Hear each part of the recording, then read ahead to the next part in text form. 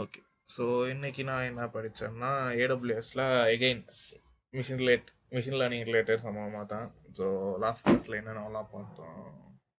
Last வந்துட்டு connect connect வரைக்கும் படிச்சிருந்தேன். Okay. இன்னைக்கு வந்துட்டு Amazon comprehend Amazon SageMaker, Amazon Forecast, Amazon Kendra, Amazon Personalize.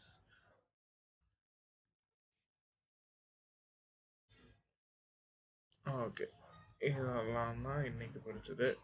So okay, so இந்த comprehend என்ன பண்ணோம்னா இது வந்துட்டு NLP natural language processing model use பண்ணோம். ஸோ இப்போ நம்ம என்ன டெக்ஸ்ட்டு கொடுத்தாலும் அதை வந்துட்டு லைக் காம்ப்ரிஹென்சிவாக கொடுக்கும். லைக் இப்போ எப்படின்னா ஏதாச்சும் ஒரு பட்ச் ஆஃப் டெக்ஸ்ட் கொடுக்குறோம், ஒரு 1000 லைன் கொடுக்குறோம்னா, ஸோ இப்போ இந்த 1000 லைனில் குரூப் ஏதாச்சும் இப்போ என்ன சொல்கிறது, இந்த 1000 லைனில் நான் தமிழ்நாட்டை பற்றி ஒரு 500 லைன் பேசியிருக்கேன்னா, இப்போ தமிழ்நாட்டை பற்றி பேசினதெல்லாம் தனியாக பிரித்து கேடு அப்படின்னு சொன்னால் இந்த காம்ப்ரிஹெண்ட் வந்து எடுத்து கொடுத்துரும்.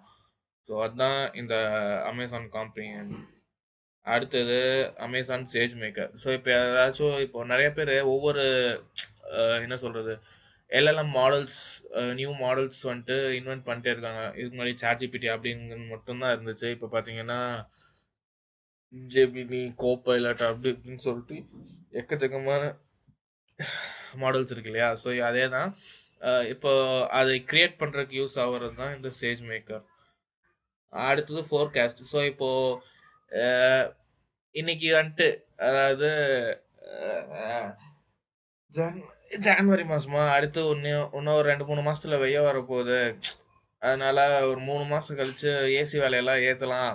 ஏசி வேலை என்ன ரேஞ்சில் இருக்க போகுது, இப்போ இருக்கிற ப்ரைஸுக்கும் ஒரு 3 மாதம் கழிச்சு சம்மரில் எவ்வளோ ப்ரைஸ் வரப்போகுது அப்படின்னு கம்பேரிசன் பண்ணுறோம். அப்படின்னா இப்போது வந்துட்டு ஏசி கம்பெனிலாம் ஃபோர்காஸ்ட் பண்ணுவாங்க. இப்போ கரண்ட் ப்ரைஸ் வச்சு லைக் நிறையா டேட்டாஸ் கம்பேர் பண்ணி லைக் சம்மரில் எவ்வளோ ப்ரைஸ் வரைக்கும் ஏசி விற்கலாம் அப்படின்லாம் ஃபோர்காஸ்ட் பண்ணி டிசைட் பண்ணுவாங்க. ஸோ இப்போ அவங்க வந்துட்டு ட்ரெடிஷ்னல் வேயில் சும்மா டேட்டாவை மட்டும் வச்சு அவங்களே கால்குலேட் பண்ணாங்கன்னா அவங்களுக்கு வந்துட்டு மாத கணக்காகும் இதை கால்குலேட் பண்ணி முடிக்க. பட் ஆனால் அதுவே இப்போது அந்த அமேசான் ஃபோர்காஸ்ட் பண்ணாங்கன்னா ஒரு சில மணி நேரத்தில் கால்குலேட் பண்ணி முடிச்சிடலாம். அடுத்து வந்துட்டு இந்த கேன்ட்ரா. ஸோ இது வந்துட்டு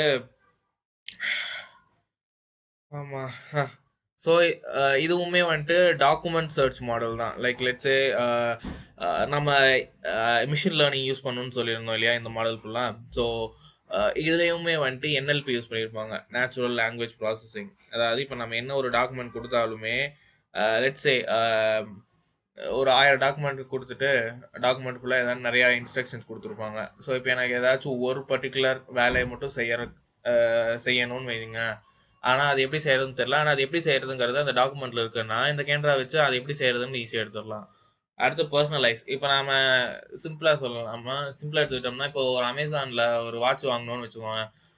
நமக்கு ஒரு கண்டினியூஸாக நமக்கு அந்த வாட்சோட அட்வர்டைஸ்மெண்ட் வந்துகிட்டே இருக்கும். அமேசான் ஓப்பன் பண்ணாலே அந்த அமேசானோட வாட்ச் பேனர் வந்துகிட்டே இருக்கும் நமக்கு.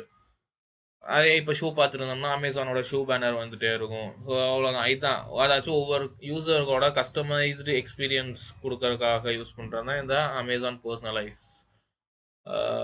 இது ஒவ்வொரு யூசருக்கும் மாறிட்டே இருக்கும். இப்போ நான் ஷூஸ் சர்ச் பண்ணுறேன்னா எனக்கு ஷூ விளம்பரம் தான் வரும்.